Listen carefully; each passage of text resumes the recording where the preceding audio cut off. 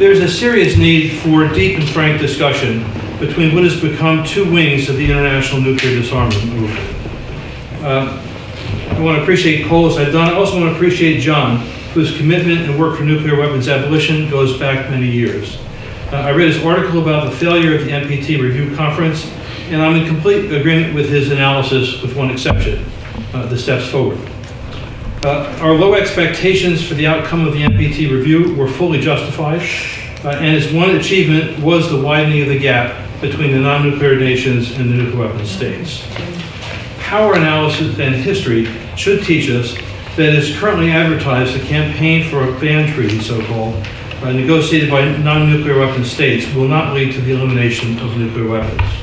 As High Representative for Disarmament Affairs Angela Kane noted at the Second International Conference on Humanitarian Consequences of Nuclear Weapons, we can't achieve the elimination of nuclear weapons or even significant reductions without the nuclear powers directly involved in those negotiations.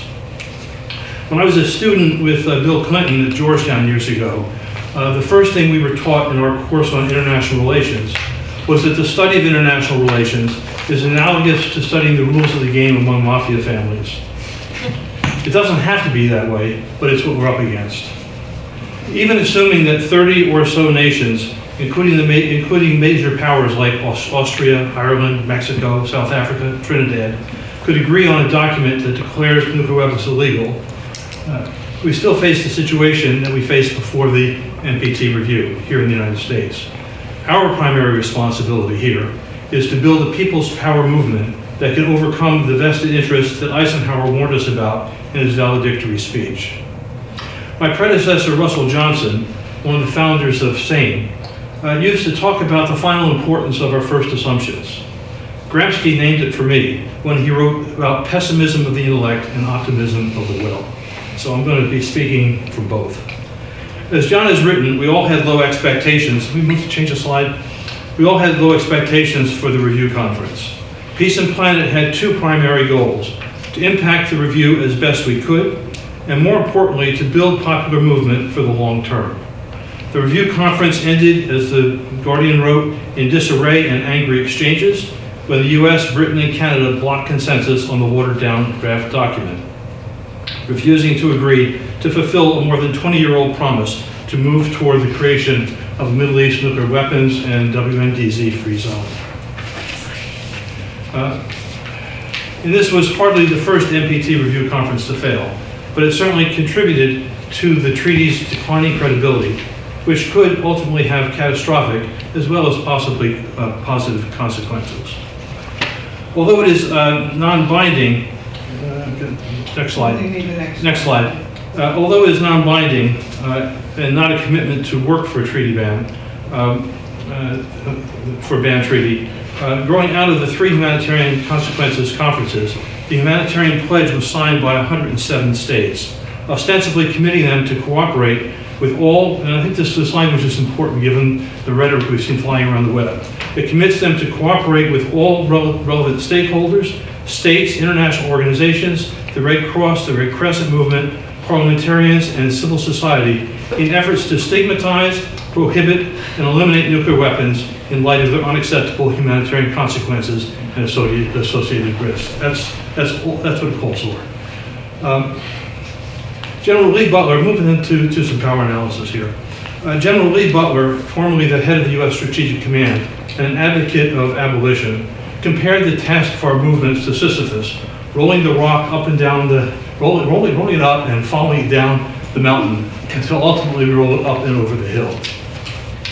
One of the books that I would encourage people to take a look at is by Dick Falk and David Krieger. Falk is an international lawyer who was the UN representative or moderator for Palestine.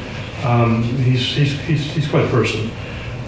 He put it well. He said, the vision of a world without nuclear weapons remains pre-political as far as prospects for realization. Actually, I need the next slide here. As well as remains pre-political as far as prospects for realization are concerned. We need to keep asking ourselves what must happen to allow nuclear disarmament to become a political project which links means to foreseeable ends. underlined here, links means to foreseeable ends. As John Isaacs wrote, I think just in the last couple of days, next slide, the U.S. Senate will be voting on the Senate Armed Services Committee's National Defense Authorization Act for fiscal year 2016. It includes funding the design and construction of 12 new missile submarines, as many as 100 nuclear-capable bombers, as many as 1,100 nuclear-tipped cruise missiles, targeted primarily against China, the modernization of roughly 400 ICBMs and the nuclear arsenal's warheads, the modernization and replacement of forward-deployed nuclear weapons, dual-capable fighter-bomber aircraft, and possibly the development of an intermediate-range nuclear weapon, the new one. Just to appreciate, just to think for a moment about the political, economic, social foundations on which that grows out of, how deep those vested interests are. Friends, we're dealing with an empire, actually empires, deep, complex, powerful systems. Their respect for treaties is limited at best, which would certainly apply as much to a ban as to Article 6 of the NPT, of the Non-Proliferation Treaty. The disregard in this country for treaties is bipartisan. Think in terms of Clinton's Kosovo War and Bush's invasion of Iraq, both of which were in violation of the UN Charter. W opted out of the ABM, and he sank the 2005 review conference, believing that non-proliferation could best be enforced militarily. And Rose Gottmuller, bless her, at the end of the review conference this time around, announced that the previous NPT commitments to a Middle East nuclear weapons-free zone, going back 20 years, are no longer applicable. I mean, mind-boggling. All nuclear powers are modernizing. We have Washington's $1 trillion plans. Moscow's plans to spend 20 trillion rubles, about $20 billion, for modernization. And with NATO expansion, U.S. missile defenses, and the Pentagon's conventional, high-tech, and space superiority, Russia is more reliant on its nuclear arsenal now than ever. Recalling Napoleon, the Kaiser, and Hitler, it is going to take more than a ban document to move Russia toward disarmament.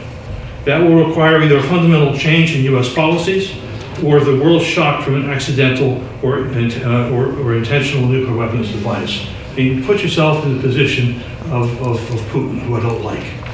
But looking at the history, he's going to hold on to what he thinks is necessary for the defense of Russia.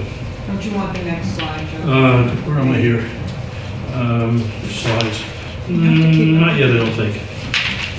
With the U.S. deployment of missile defenses along China's periphery, China is now moving to build an early warning system that could come with launch-on-warning systems and doctrines, and it is merging its missiles. The Brits are moving ahead, thanks to the British electorate, with Trident replacement. Pakistan has the fastest-growing nuclear arsenal, and the former Saudi intelligence chief, Prince Turki al-Faisal, who played a major role in creating the Mujahideen, is making noises about a Wahhabi nuclear program. Let's get my order here. While Russia's seizure of Ukraine and its involvement in the Donbass region are understandable given its history and NATO's expansion in violation of commitments made by Bush the Elder, they were nonetheless illegal aggressions, and Russia has been violating the INF Treaty. Rather than accept arbitration, China is militarily asserting its control over more than 80% of the strategically important South China Sea. North Korea and Israel routinely violate UN resolutions.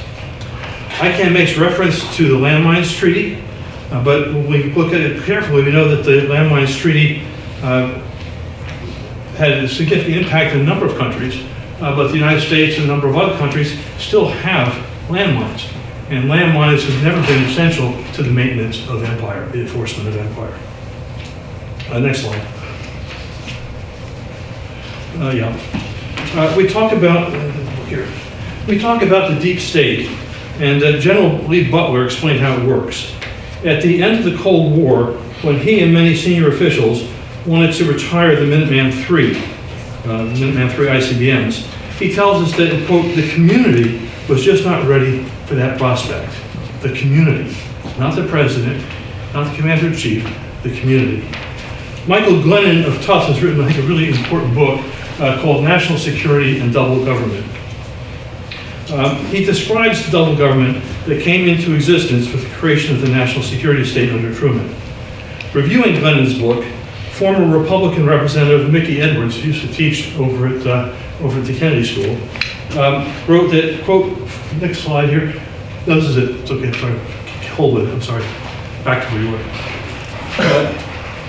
He wrote that 46 separate federal departments and agencies and 20 private companies engaged in classified national security operations with millions of employees and spending, roughly $1 trillion a year.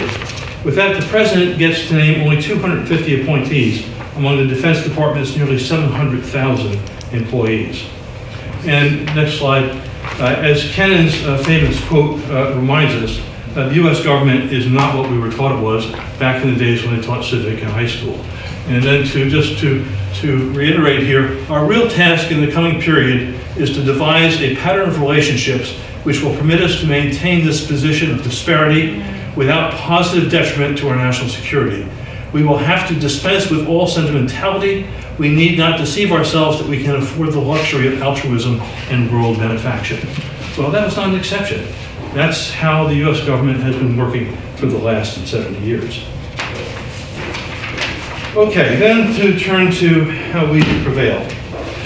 Sigmund Freud wrote about Thanatos, the human death wish, and Manhattan Project dropout and Nobel Prize laureate Joseph Rotblat was clear that humanity faces a stark choice between completely eliminating nuclear weapons or facing our annihilation. The outcome, I think, is anything but clear, which is why our struggle is so important. Let me concede that there may be at least two paths that non-nuclear weapon states might be able to take to compel the nuclear weapon states to eliminate their nuclear arsenals. The odds against each succeeding are enormous, and each carries tremendous risks. One possibility would be that they begin withdrawing en masse from the NPT, making clear that they would only rejoin upon credible steps having been taken toward the fulfillment of Article 6, which requires the good faith negotiations toward the complete elimination of nuclear weapons. The other would be by withdrawing from the nuclear powers' imperial and hegemonic systems, refusing trade, investment, military cooperation, intelligence and anti-terrorism collaborations, and ending cultural exchanges and more. As I say, I think neither path is likely to succeed. The former would risk accelerated nuclear weapons proliferation and resulting nuclear catastrophes, and the latter would risk massive economic and social suffering and dislocation. Next slide. The Freeze and Euro missile movement, which a number of us come out of, was a unique single-issue success because there was mass recognition of the imminent danger of nuclear annihilation. Because there was the simple and fair freeze concept, which could be melted with the mythic origins of U.S. democracy in town meetings and the raw political power of statewide referendum, all of which demonstrated the popular will.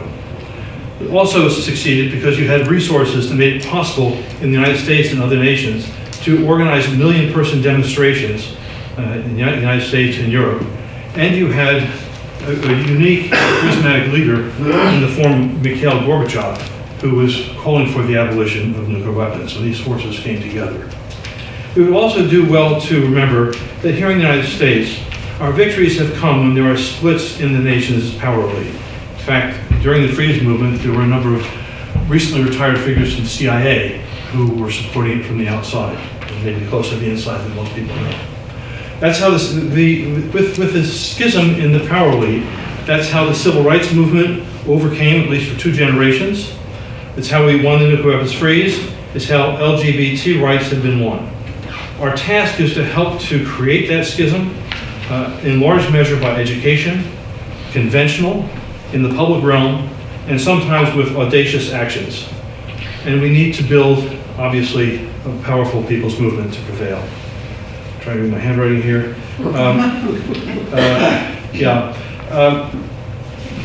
Just to say that I think one value of the ban may be a contribution to helping continue discussion. And in that way, I think it has a potential positive contribution. But today we no longer have widespread fear of an imminent danger. We don't have a formula with the resonance of the freeze concept. and we lack a powerful, charismatic figure of the statue of Gorbachev or Martin Luther King. Last night, one of our AFSC committees met, and we began a discussion about how significant policy changes can actually be won in this depressing historical moment. With our increasingly oligarchic, plutocratic, and militarized political systems and culture, the answer is anything but clear. But just to announce here that we resolved in the coming year to hold a series of public forums really to explore that question. We'll be trying to identify who we want to bring together to help us with that thinking. But we are agreed that siloed movements are unlikely to bring about changes that we need in this period.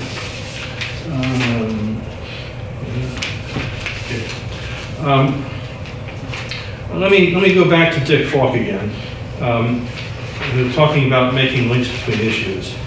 He wrote that successful negotiation of a nuclear weapons convention would require that the security concerns of all countries, not only the nuclear weapon states, be considered in the process of eliminating nuclear weapons. This means that we have to confront the realities of NATO expansion, the Ukraine war, the tensions in the South China Sea, and as we were reminded in the closing hour of the NPT review, by Israel, we have to remember Israel's nuclear arsenal and its annexation and colonization of most of the lands conquered in 1967. It means working with movements in nuclear umbrella states and thinking about the economic forces related to retiring the nuclear umbrellas. Think here in terms of TPP and how that all plays out in this relationship. And if we're to build broad and powerful movements, it means engaging in the rising generations, not simply as our audiences, but helping to empower them in roles as leading actors.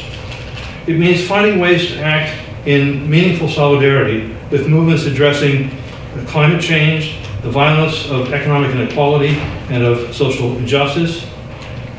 You know, I don't claim to have magic answers. I know this isn't easy, but I think we have to look at what is necessary and begin to think about how we can do it. In these regards, the Budget for All campaign, Peace Action's many commitments here in the Boston area, and Peace and Planet's early initiatives at least intimate the path to be trod.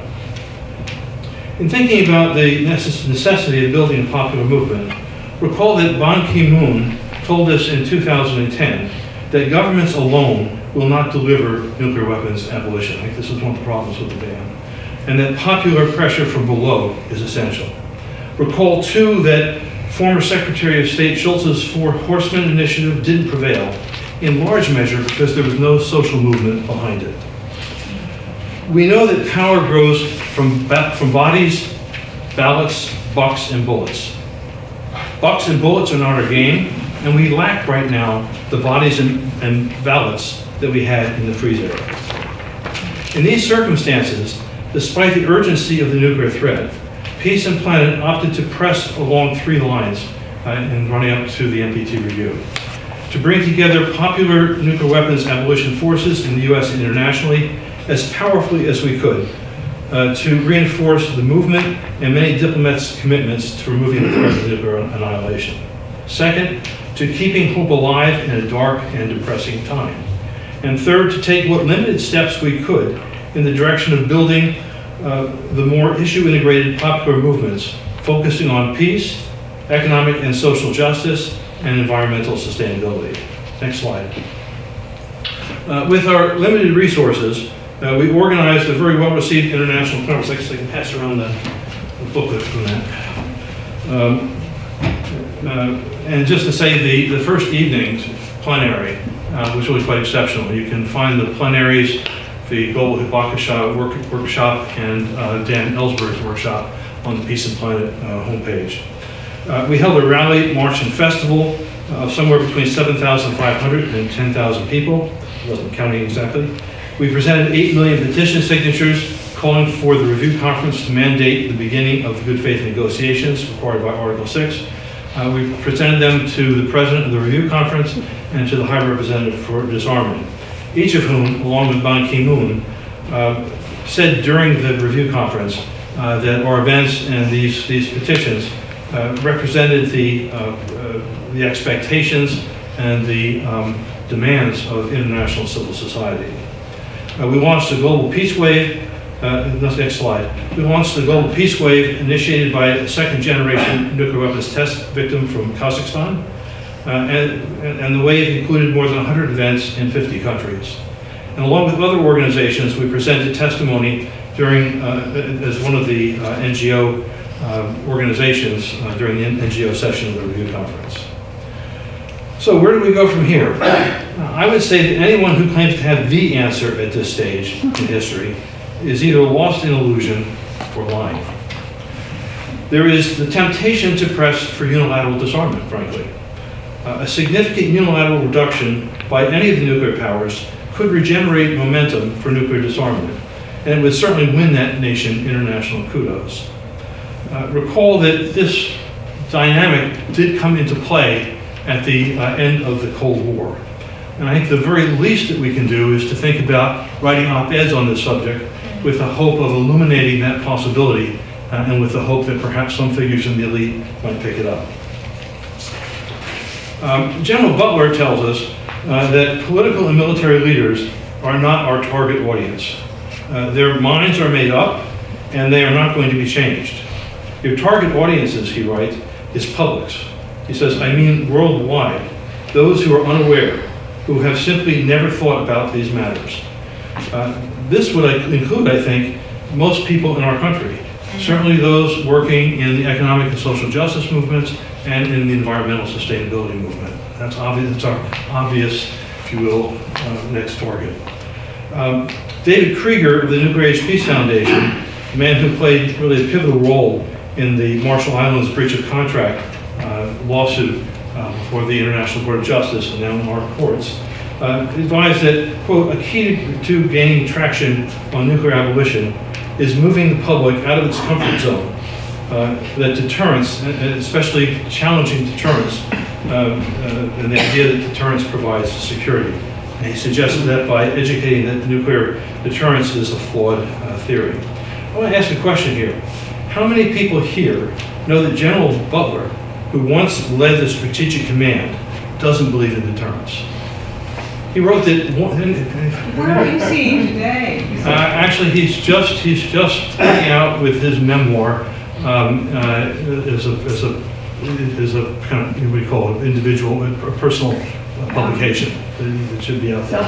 There's an article that's just kind of out there. There's interviews with him. He says that one of the fatal flaws of deterrence is that deterrence applies in circumstances in which you have a mortal enemy. And if they're your mortal enemy, you probably don't understand how they think or how they will respond under very threatening circumstances. Before we learned that the detonation of 50 to 100 thermonuclear weapons could cause global famine, claiming the lives of up to 2 billion people, and there's a study over there on the table, Butler understood the illusion of flexible response, or of a limited nuclear war. He says that for the Soviets, for them, one warhead on the motherland, and that was it. So his understanding of the Russians was, it's all or nothing. I think that we have to find ways to promote and support, among other things we need to do, I think we need to find ways to promote and support the Marshall Islands lawsuit. And the Lawyers Committee for Nuclear Policy has outlined a credible strategy that focuses on building toward the next high level of United Nations meeting, which I think is 2018. I think that's what it is. And I guess just to go back and say that, you know, the Marshall Islands lawsuit, it's a lonely struggle for them, an incredibly courageous struggle for them. And I think it is you know, people in our country, used the Marshall Islands for nuclear weapons testing from 1946 to 1963, I think it was, with the equivalent of the explosive equivalent of 1.4 Hiroshima A bombs a day. A day. And this is an incredibly poor place, very, very dependent on the United States economically and just in terms of the survival. And yet they had the courage to challenge the greatest empire in the world.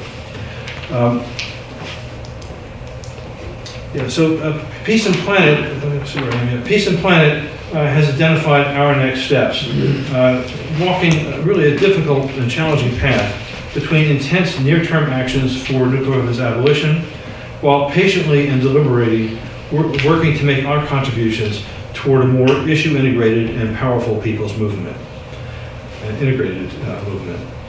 We are completing a comprehensive analysis of an evaluation of the NPT review mobilization. I think many of you who were there will have gotten an email asking you to give input if you haven't already done so. I think there's a couple days left, just a couple.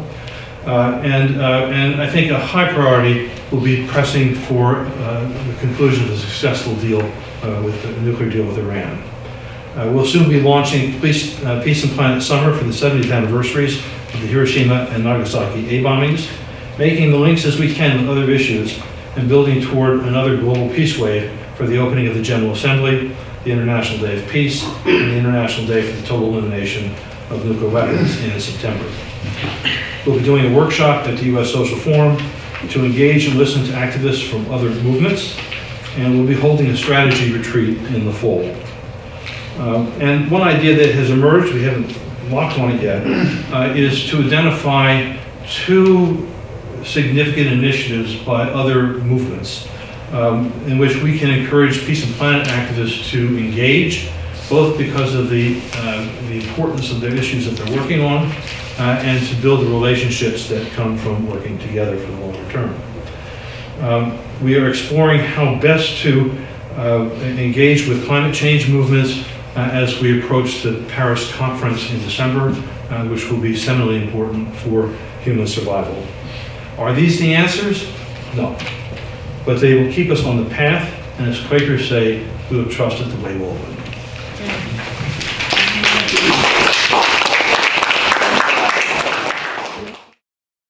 Let me just say that Joseph and I chatted a little bit before the meeting. We've been both doing this for a very long time, and I just want to concur that we agree on 95% of everything that he just said. And we do disagree about the ban treaty, and we really disagree about the ban treaty. So I'm going to tell you why I think the ban treaty is a really good idea. But I want to say before I start that I don't think, ICANW doesn't think, nobody thinks that the ban treaty is the answer. Or that there is one magic answer and that it is the ban treaty and that everybody should be jumping on that. And as I'll explain, we would also agree that the ban treaty is not going to eliminate a single nuclear weapon. So you might wonder, why am I excited about the ban treaty then? And I'll try to explain that.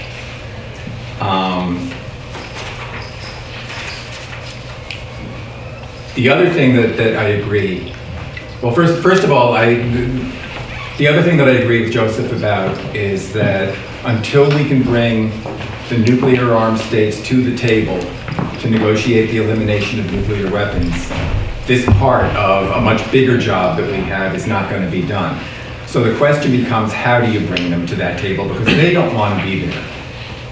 All right? And we've known that for a very long time, and we've had mounting evidence for that right up until last month, that they just have absolutely no interest in going to a negotiating table to negotiate a nuclear weapons convention or any other kind of real meaningful nuclear disarmament. So how do we change that? How do we do something that's going to have some impact on them and eventually get them there? I also don't disagree with Joseph about the need to bring movements together, to break down these silos and to do what amounts to a social and political transformation in this country and worldwide.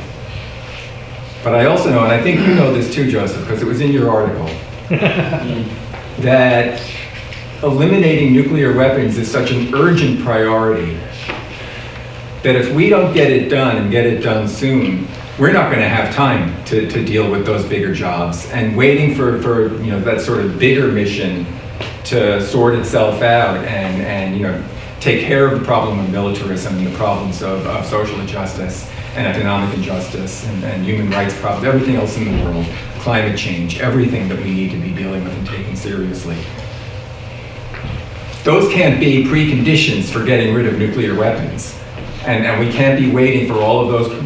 Those are generational problems. And they go back several generations, and they're probably going to go on for more generations before we're really going to see big changes at that level, socially and politically.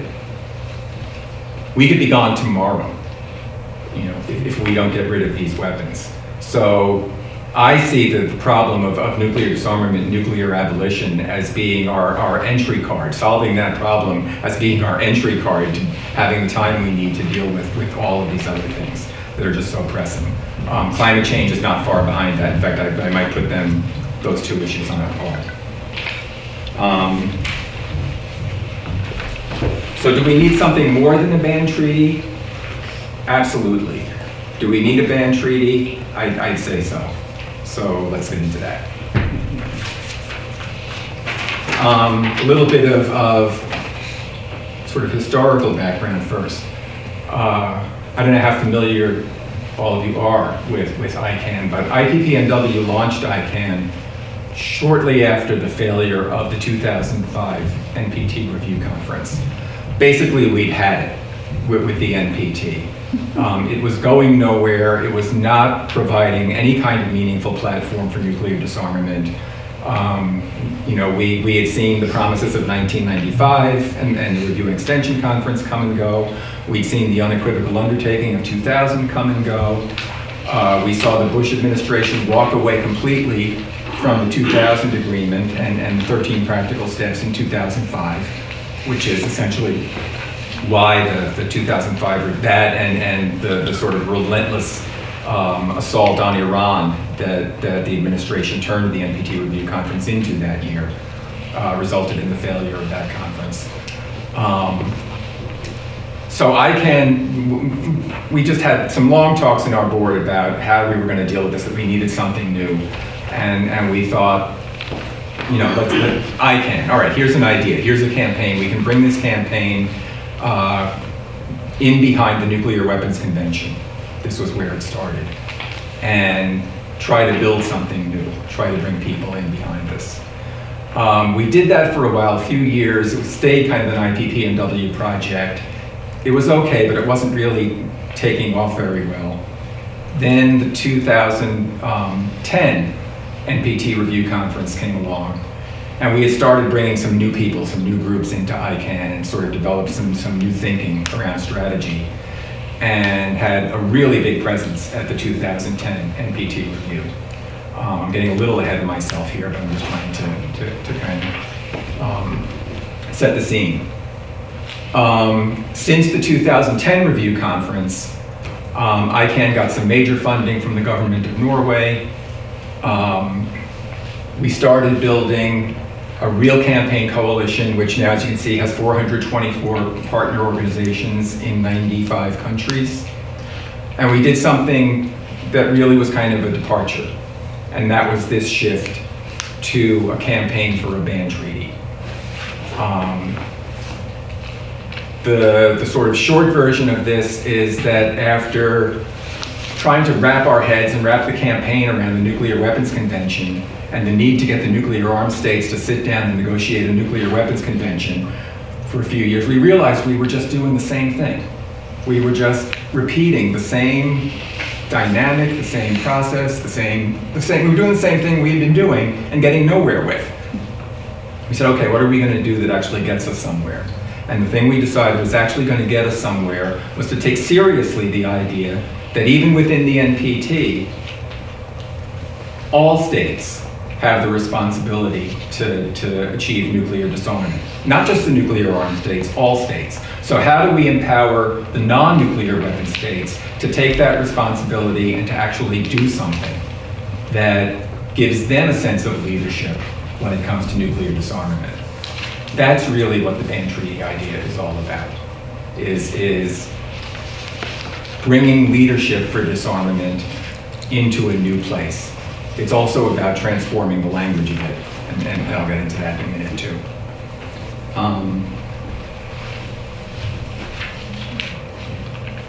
Give me the next slide and see if I want it. Yeah. All right, so very quickly, what are sort of the connections between this humanitarian impact movement, the Humanitarian Pledge, the Ban Treaty, and the NPT? Well, the NPT itself actually created the opening for this humanitarian initiative by including this language in the final document in 2010. Right, the conference expresses its deep concern of the continued risk for humanity represented by the possibility that these weapons could be used and the catastrophic humanitarian consequences that would result from the use of nuclear weapons. That language didn't just happen to be in there. There were some folks lobbying real hard behind the scenes, including the International Committee of the Red Cross, I think Norway and a few other countries that really wanted to see this in there because they had an idea. And that idea would become more apparent as time went on. But this was the first time in the 40-year history of the NPT that those words had ever shown up in any kind of NPT document, even though this is the reason the NPT exists. You know, maybe at the very beginning, you know, and there may be some reference in like the preamble to the treaty itself. You know, there's some notion that, oh yeah, we've actually got to stop these weapons from ever being used again, and they're kind of a bad thing. Until 2010, that had never been a focus again. And now it was. So give me the next slide, Cole. If you would. All right, soon after that, we started to see this series of joint humanitarian statements that took that statement and started to provide it some context for it, and started to try to give it some political direction. All right? And you can just see, I'm not going to go into the whole thing, but you can just look at the last bit after each statement. That's the growth in the support for these statements, which are essentially the same, little variations up until the last couple of them. But we went from 16 states in 2012 to 159 states at this NPT review conference. That's an indication that the non-nuclear weapon states are waking up to their responsibility and realizing that they have a role to play and a message to give to the nuclear armed states. Next slide. You can read that. That's what the joint humanitarian statements essentially say. That's the key language from them. That once you become aware of what these weapons are and what they can do and the catastrophic humanitarian consequences of their use, that's what has to drive everything about nuclear disarmament. Not questions about strategic stability, not questions about deterrence, not questions about, you know, power politics, this or that. You know, it has to be this. Okay, give me the next one. All right, then on top of that, we had the 3 international conferences on the humanitarian impact of nuclear weapons. I don't know for a fact that Norway had this idea in their heads when they worked to get that language into the NPT, but it was very shortly after that when they started talking with ICANN and the other groups that were part of ICANN at that point about having this conference and really starting something going around this humanitarian initiative. Their idea was, you know, we need a series of scientific conferences that present the evidence of humanitarian impact and that really can't be disputed by anybody. So they brought in some really top people to present this scientific evidence about medical, environmental consequences, the physical effects of nuclear weapons. Over time in Nayarit and then in Vienna, started to get into some of the economic consequences, the cost issues, the issues around international law, all of that. So three big, and another thing I wanted to say though, is again, in the same way that the notion of catastrophic humanitarian consequences took 40 years before it made another appearance in an NPT document, March 2013 was the first time in the entire history of the nuclear age when states came together as a group in a formal setting to actually look at this evidence about nuclear weapons are and what they would do. They had never done that before. And now they were doing it. So something was brewing here. By the time we got to Vienna, there were 158 states, as opposed to the 128 that started. This is a majority, an overwhelming majority, I would say, of the states in the world realizing, again, because they kind of realized this back in the Cold War, that there were some consequences to using these things that we better pay attention to. And that's what needs to drive our disarmament efforts. Okay, I'll take the next one. All right, so this is just kind of a list of the outcomes of these 3 conferences. Joseph mentioned, I brought copies of our nuclear famine report here, which is about the climate consequences of a small limited regional nuclear war, and how this would disrupt the global climate to such an extent that we calculate as many as at least 2 billion people, maybe more, would be at risk of starvation because of the disruption to global agriculture, which would be long-term. And that's not even nuclear winter. That's if everybody uses everything. This is just 100 weapons going off in say, a conflict between India and Pakistan. So that report is over there, and I'd encourage you to take one. But this is the evidence that was prevented. What do these things do to health? What do they do to the environment? What's the actual threat to human survival? What are the irreversible consequences? What are the radiation effects? What does that really mean? Something new that was brought into the Vienna conference was the risks that these weapons would be used, and the fact that those risks are actually increasing. People weren't paying attention to that very much, but in Vienna we started paying attention to that the risks that these things are going to be used are increasing. And now we've got Ukraine, and now we've got these conflicts in the Middle East that are going unresolved, and the nuclear weapons are starting to be introduced into, at least rhetorically, and all of the stuff about Iran. Big outcome from these conferences, the realization again that if these weapons were used, there's nothing that anybody could do in an organized way to bring relief or medical care or any kind of emergency services to the survivors. That's we saw from Hiroshima and Nagasaki that was hard enough with just 1-2 cities and 1 bomb. If we were talking about a nuclear war, it becomes just inconceivable that there could be any kind of response.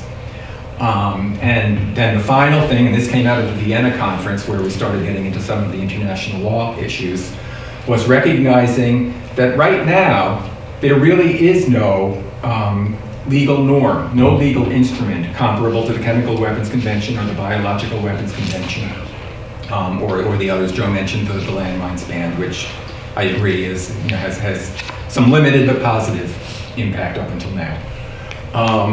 But there is nothing like that covers nuclear weapons.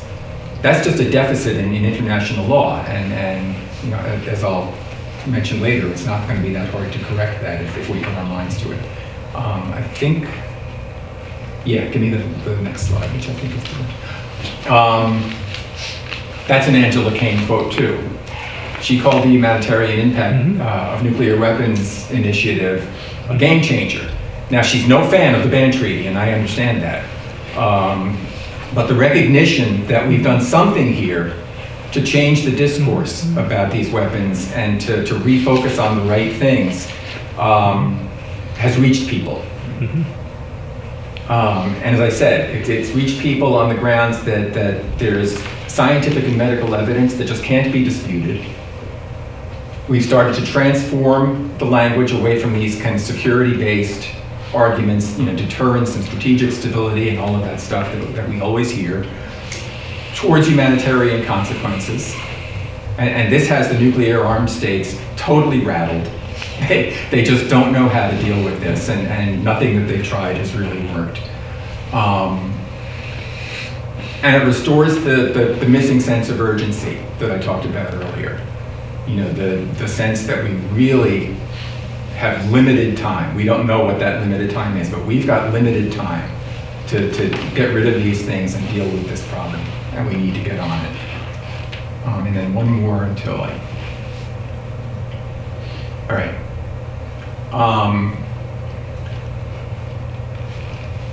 So what did Austria, Austria presented this humanitarian pledge, which is very easy to get a copy of online. It's on the ICANW site, it's on our site, it's on IPPNW's Peace and Health blog. It's on Reaching Critical Bill. It's everywhere.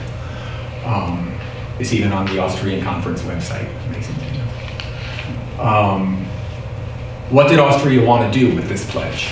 Well, the first thing it wanted to do was bring it into the NPT, and I'll also talk about that in a minute, and really put it out there as a challenge to the NPT to sort of redefine and re-energize the goals of Article 6 and try to make something of this treaty. And they took that very seriously, and we supported them in that.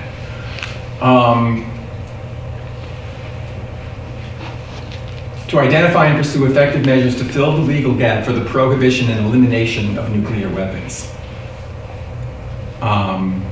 Joe presented you with a little more language, but that's essentially the political driver of this pledge, is to fill that legal gap and to cooperate with all of those folks who you spelled out, I shortened here, to stigmatize, prohibit, and eliminate nuclear weapons in light of their unacceptable humanitarian consequences.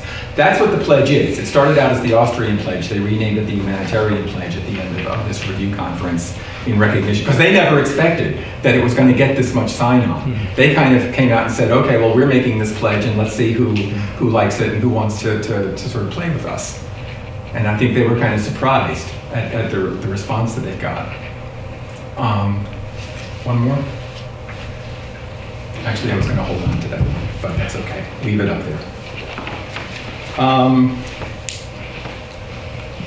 So ICANN and IPPNW went into this review conference, as Joseph said, with pretty low expectations and some fairly clear understandings. So the NPT, left to its own processes and political dynamics, is incapable of delivering a world without nuclear weapons. We knew that going into this review conference. It's essentially a mechanism for preserving the status quo and promoting the interests of the nuclear energy industry. The nuclear armed states and the nuclear dependent states inside the treaty have used the consensus-based process that the treaty operates under to basically assert veto power and prevent any kind of progress whatsoever. We knew that there was never going to be a thorough and honest evaluation of the 2010 action plan, which was dismal in its implementation as far as the disarmament points go. And our intent in going to the NPT as ICANN and as IPPNW, which is the lead medical partner in ICANN, our intent was to come in behind Austria and the other pledge states in an effort to really make the humanitarian initiative the sort of centerpiece of the discussion at the review conference, and to support this challenge to take this up as an NPT driver from this point on. And also to acquire as many new pledge states as we could while we were there. And that 108 number is no accident. We went in with something like 76, I think. And that turned into 108 because, well, for the whole month that this conference was going on, ICANN campaigners around the world were going after their governments and saying, have you signed yet? Have you signed yet? Have you signed yet? And getting them to sign until we got up to 108. So that's a campaign result right there, 108 countries. We didn't predict failure of the review conference publicly, but we didn't really expect success either. The only success we really anticipated was leaving New York with something like this, and we got it. All right, I'll go over this real quick because you already talked about it some, but the way this review conference ended with the US, Great Britain, and Canada blocking this outcome, this terrible outcome document that they should have loved. This outcome document, the way it finally ended up, was tailor-made for what they wanted out of this review conference as far as disarmament goes. But they blocked consensus over something that was barely talked about during the NPT review conference in public. It was all done behind closed doors, in closed sessions with just a limited number of states participating. And then on the last day, at the last minute, they come out and block consensus on a document on the pretext, that they couldn't agree to a deadline, a date for a conference on the Middle East nuclear weapon free zone. And as Joseph said, Rose Gottmuller came out and said, well, this is done now. None of this applies anymore. We're done with this. So my concern, as I watched things happening on that last couple of days, was that we would end up with that final document that was put out there, and that it would be a horrible compromise that might leave the non-nuclear weapon states really dispirited and could sort of derail the humanitarian initiative by throwing a few words of lip service at it and making people feel like, well, we did our best and that's all we could get, and we'll go home now and wait for next time.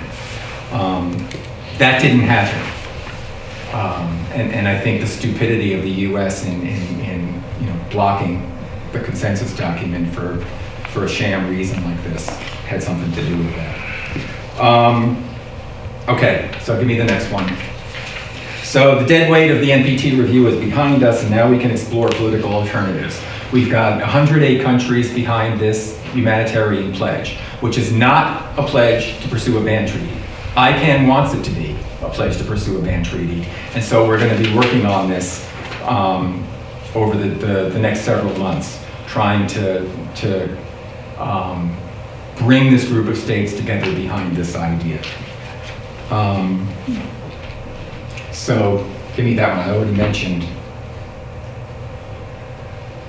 All right, what is the ban treaty? It's a legally binding international instrument that prohibits nuclear weapons based on their unacceptable consequences. And it doesn't just prohibit possession, it doesn't just prohibit use, it doesn't just prohibit testing, everything. It prohibits everything, all right?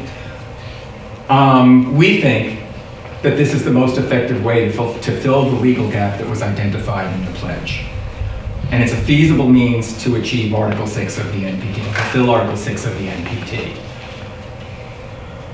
And the key to this is having something that's negotiated and by the non-nuclear weapon states and can't be blocked by the nuclear weapon states.